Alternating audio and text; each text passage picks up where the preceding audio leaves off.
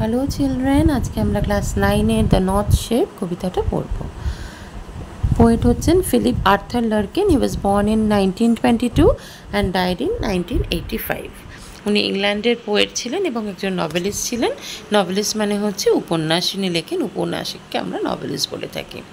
His first book of poetry, তার নামটা হচ্ছে দ্য নর্থ শেপ, যেটা আমরা কবিতার নাম দ্য নর্থ শেপ, সেটাই হচ্ছে ওনার প্রথম কবিতার বই। এবং এরপরে উনি দুটো নভেল লিখেছিলেন যার নাম হচ্ছে Jill and a girl in winter. তো এরপরে তোমরা সেকেন্ড প্যারাগ্রাফটা দেখো কী নিয়ে কবিতাটা। The poem describes a journey of 3 ships that head to different destination. এই যে আমাদের কবিতাটা এখন আমরা পড়তে চলেছি, এই কবিতাটা 3টে জাহাজকে নিয়ে, এবং যে 3টে জাহাজ 3টে ডাইরেকশানে এগিয়ে চলেছে। While 2 ships return back, দুটো জাহাজ, the first ship and the second ship and third ship, 3টে আছে। ফার্স্ট এবং সেকেন্ড শিপটা রিটার্ন ব্যাক মানে ফিরে আসবে নিজেদের গন্তব্যে। One presses forward and faces perils to continue its long onward journey. একটা শিপ মানে যে থার্ড শিপটা, সেটা অনেক রকমের বাধা এবং বিপত্তির সম্মুখীন হবে, এবং তার সত্ত্বেও সে তার সামনের যে জার্নিটা, সে যে জার্নিটা শুরু করেছিল সেটা সে কোনোভাবেই বাধা বিপত্তির জন্য স্টপ করে দেবে না, এবং সে এগিয়ে যাবে। Almost like a symbol of aspiration that ওভারকামস all obstacles. তার মানে হচ্ছে সিম্বল অফ অ্যাসপিরেশন মানে থার্ড শিপ আমরা বলতে পারি ওটা হচ্ছে সিম্বল অফ অ্যাসপিরেশন মানে হোপ, আশা। কিসের আশা? যে আমার সামনে এগিয়ে যাওয়ার আশা, মানে যে কোনো রকম বাধা বিপত্তির সম্মুখীন হলেই যে আমাদের স্তব্ধ না হতে হয়, যেন আমরা যেন এগিয়ে যাই, সেই যে আশাটা, সেই যে ইচ্ছাটা, সেটাই আমাদের থার্ড শিপের জার্নিটার মধ্যে দিয়ে কবি বলতে চেয়েছেন। কবিতায় চলে এসো। I saw 3 ships go sailing by. কবি বলছেন আমি দেখছি 3টে জাহাজ সমুদ্রের বুকে ভাসছে। Over the sea, the lifting sea. সমুদ্রের বুকে যে যাচ্ছে, ওভার দ্য সি কোথা দিয়ে যাচ্ছে? সমুদ্রের ওপর দিয়ে যাচ্ছে। দ্য লিফটিং সি, লিফটিং মানে হচ্ছে এই সমুদ্রে তুমি যদি তাকিয়ে দেখো তাহলে দেখবে ঢেউগুলো ওপরের দিকে উঠছে, জাহাজগুলোকে মনে হচ্ছে না উঠছে নামছে, ঠিক সেরকম। And the wind rose in the morning sky, সকালবেলার আকাশে বাতাস বইছে। And one was rigged for a long journey, এবং প্রত্যেকটা শিপই rigged for a long journey মানে প্রত্যেকটা শিপই, ওয়ান ওয়াজ রেকড মানে each one is rigged for a long journey মানে প্রত্যেকটা শিপ রেডি, রেকড মানে ডেকোরেটেড মানে হচ্ছে প্রত্যেকটা শিপই ready for a long journey মানে দূরে কোথাও ব্যবসা বাণিজ্য করার জন্য যাবে, তাই জন্য সে সমস্ত রকমের ইকুইপমেন্টস দিয়ে একেবারে রেডি, ঠিক আছে, প্রস্তুত করা হয়েছে শিপগুলোকে। The first ship turn towards the west, প্রথম যে শিপটা সেটা ওয়েস্ট ডাইরেকশন, পশ্চিম দিকে যাচ্ছে। Over the sea, the running sea, over the sea সমুদ্রের ওপর দিয়ে সেটা ভেসে চলেছে। দ্য রানিং সি মানে হচ্ছে রানিং সি ওয়াটার, জলটা একেবারে চলমান। তার মানে এটা কি, কখন জল চলমান হয় এবং জাহাজ ভেসে চলে? যখন ওখানে বাতাস থাকে, প্রপার উইন্ড থাকে। তো সেই ফার্স্ট শিপটা খুব lucky to get all the facilities, যা যা হওয়ার দরকার, যা একটা জাহাজকে এগিয়ে নিয়ে যাওয়ার জন্য যে যে জিনিসগুলো দরকার, সেই সমস্ত কিছুই প্রথম শিপটা পাবে। দেখো, and by the wind was all possessed and carried to rich country. তার মানে হচ্ছে ওই সেকেন্ড যে শিপটা, ফার্স্ট যে শিপটা, ও এগিয়ে চলেছে বাতাস পরিপূর্ণ আকাশে, এবং শিপটাকে ভাসিয়ে নিয়ে চলেছে একটা রিচ কান্ট্রিতে। মানে শিপ কেন যায়? শিপ যায় হচ্ছে ব্যবসা বাণিজ্য করতে যায়।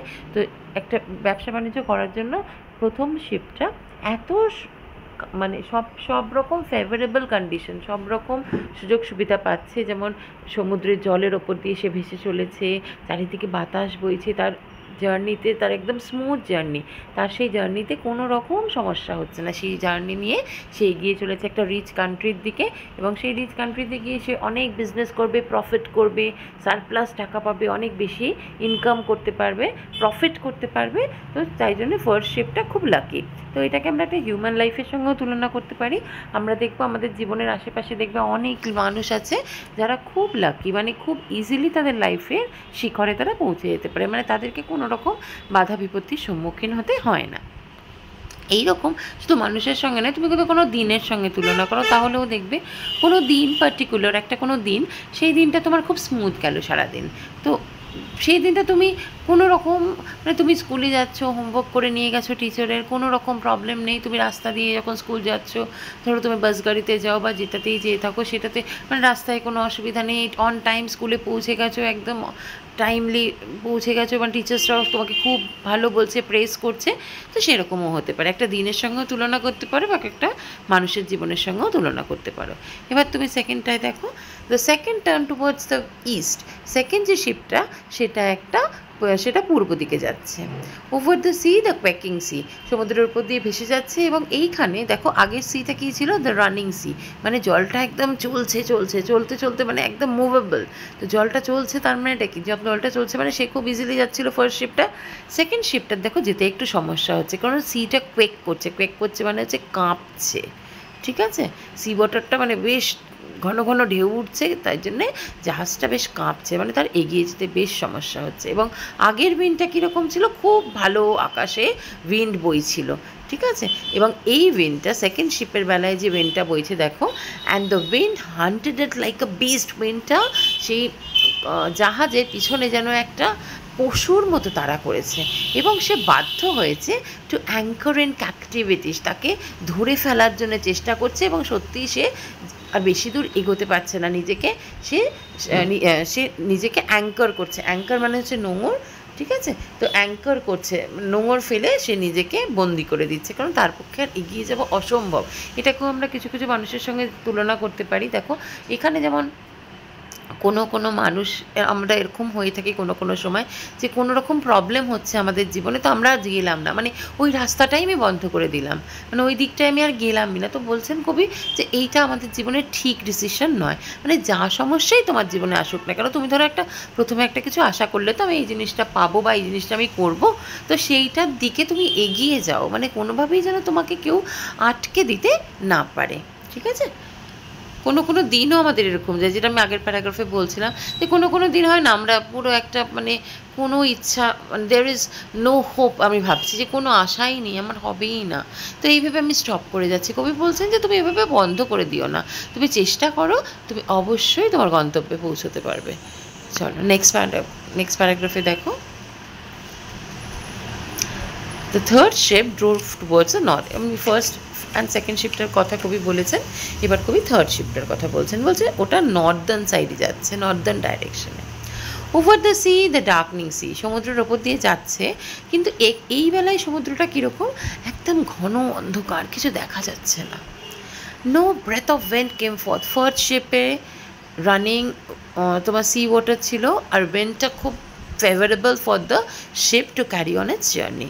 এখন সেকেন্ড শিপে উইন্ড এত বেশি হচ্ছিল, মানে কোয়েকিং সি ছিল, সমুদ্রটা কাঁপছিল, এবং উইন্ড এত বেশি ছিল যে মনে হচ্ছে যেন পুরো তাড়া করছে একটা বিস্টের মতো, মানে বিস্ট মানে হচ্ছে অ্যানিমালের মতো, একটা পশুর মতো।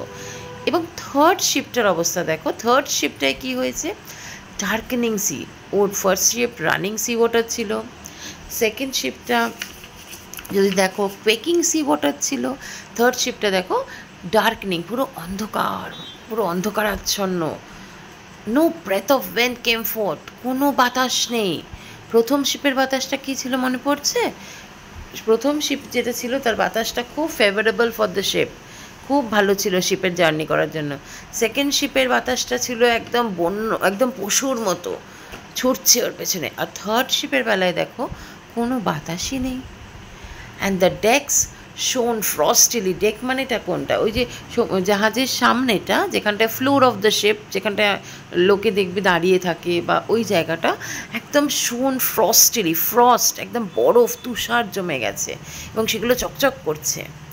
The northern sky rose high and black. Northern সাইডের যে আকাশ, হ্যাঁ, তুমি যদি উত্তর দিকের আকাশটা দেখো, দেখবে পুরো একদম ঘন কালো, হাই অ্যান্ড ব্ল্যাক মানে হচ্ছে ঘন কালো এখানে।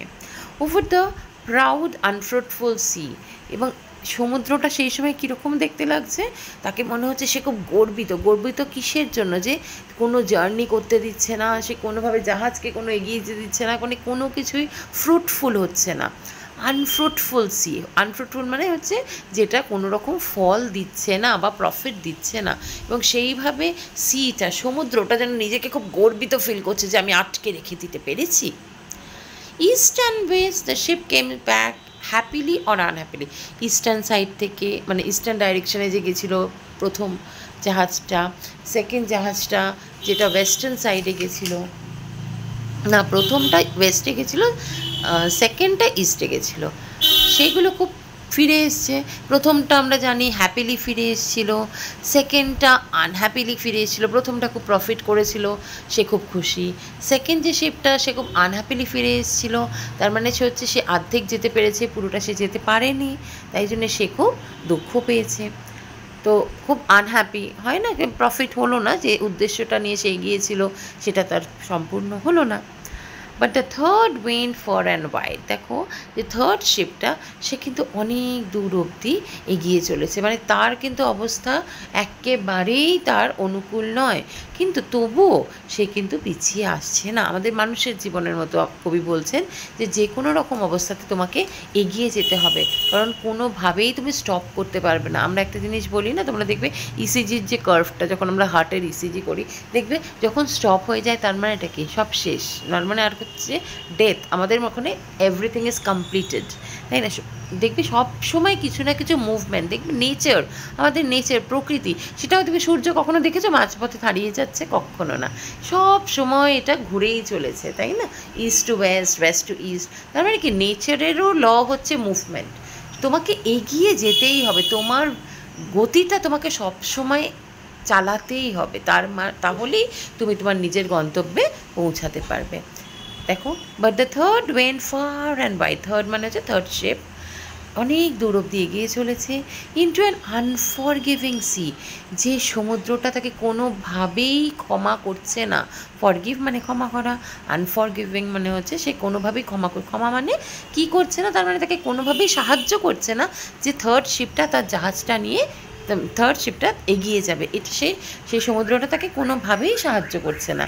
এবং দেখো, under a fire spelling star, এমনভাবে আকাশে তারাগুলো রয়েছে, সেই অ্যাকচুয়ালি তো তারাগুলো সব মানে বল অফ ফায়ার, মানে পুরো আগুনের গোলা, মানে মনে হচ্ছে যেন মানে তারাগুলো একেবারে দূরের তারাগুলো মনে হচ্ছে যেন আগুনের শিখা, তার মধ্যে দিয়েও সে যত রকমের বাধা বিপত্তি আসুক না কেন, সে তার মধ্যে দিয়েও এগিয়ে চলেছে। And it was rigged for a long journey, it was rigged মানে হচ্ছে it was decorated, fully ready, the third ship was also fully ready for a long journey, তার মানে সে পুরোটা রেডি হয়ে বেরিয়েছে সেই জার্নিটা করবে।